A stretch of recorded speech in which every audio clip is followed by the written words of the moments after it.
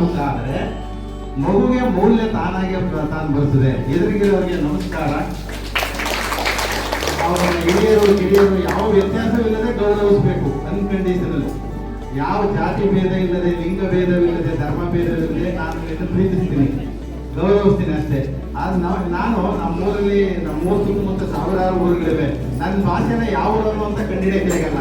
ನನ್ನ ಭಾಷೆ ಟೆಕ್ಸ್ಟ್ ಭಾಷೆಯಾಗಿ ಬಳಸ್ತಾ ಇದೆ. ಮಾಡಬೇಕು ಅಂತ KPS ಉಪಾಧ್ಯಕ್ಷರಾದ ಸೋಮಣ್ಣ ಸರ್ ಅವರಿಗೆ ನಾವು ಸೋಮಣ್ಣ ಸರ್ ಅವರು ತುಂಬ ಹೃದಯರು.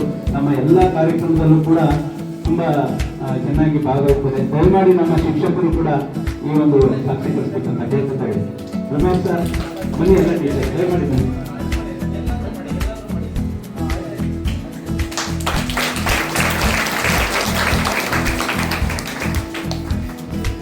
ನಾನು ಎತ್ತವರು ಒತ್ತವರು ಮಾತ್ರ ನಮ್ಮ ಮಕ್ಕಳು ಅಂತ ಇದು ಹೋಗ್ಬೇಕು. ನಮ್ಮ ಕಾನೂನಿನಡಿಯಲ್ಲಿ ಒಂದು ನಿಯಮ ಇದೆ, ಹುಟ್ಟ ಗರ್ಭದಲ್ಲಿದ್ದಾಗಿಂದಾನೆ ಮಕ್ಕಳು ಅದಕ್ಕೆ ಬೇರೆ ಬೇರೆ ಯಾವುದೇ ಟೆಸ್ಟ್ ಮಾಡಿಸಬಾರ್ದು ಅಂತ ಹೇಳ್ತಾರೆ.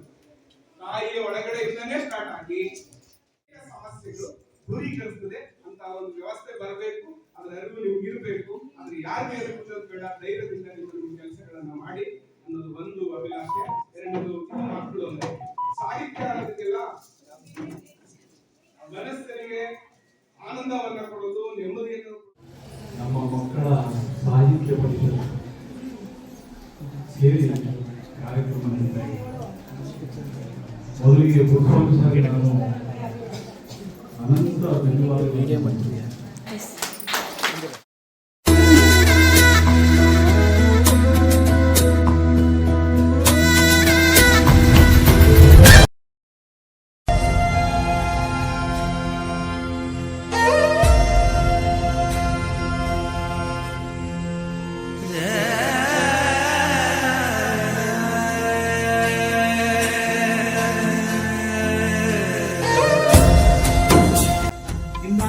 ತಾಯಿಯ ಪಾದಕ್ಕಾಗಿ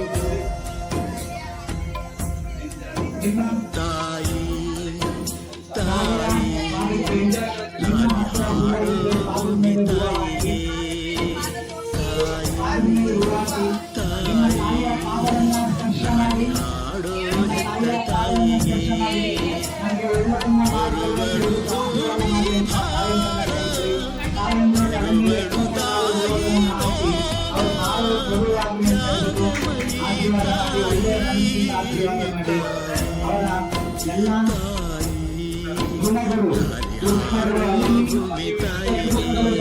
ನಮ್ಮ ಮಕ್ಕಳು ಸಮಾಜದಲ್ಲಿ ಉತ್ತಮ ಅಧಿಕಾರಿ ಆಗಲಿ ಅಂತ ಹೇಳ್ಬಿಟ್ಟು ಒಳ್ಳೆಯ ಮನಸ್ಸಿನಿಂದ ಅವರಿಗೆ ಆಶೀರ್ವಾದ ಮಾಡಿ. ಮಕ್ಕಳೇ, ನಿಮ್ಮ ಸಾಧ್ಯವಾದಷ್ಟು ನಿಮ್ಮ ಹಣೆಯನ್ನು ತಾಯಿಯ ಪಾದಗಳಿಗೆ ಸ್ಪರ್ಶ ಮಾಡಿ. ನಿಮ್ಮ ಹಣೆಯನ್ನು ತಾಯಿಯ ಪಕ್ಕದಲ್ಲಿ ಸ್ಪರ್ಶ ಮಾಡಿ.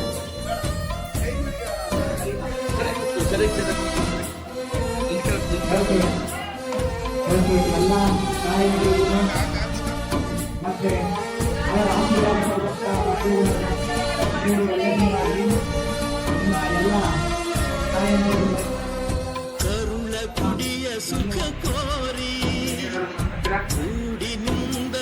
ಎಲ್ಲರೂ ಬಹಳ ಗದಗದಿದ್ದರಾಗಿದ್ದಾರೆ, ಒಳಗೊಡಗಿದ್ದಾರೆ, ಮಾತಾಡುತ್ತಿದ್ದಿರಲಿಲ್ಲ.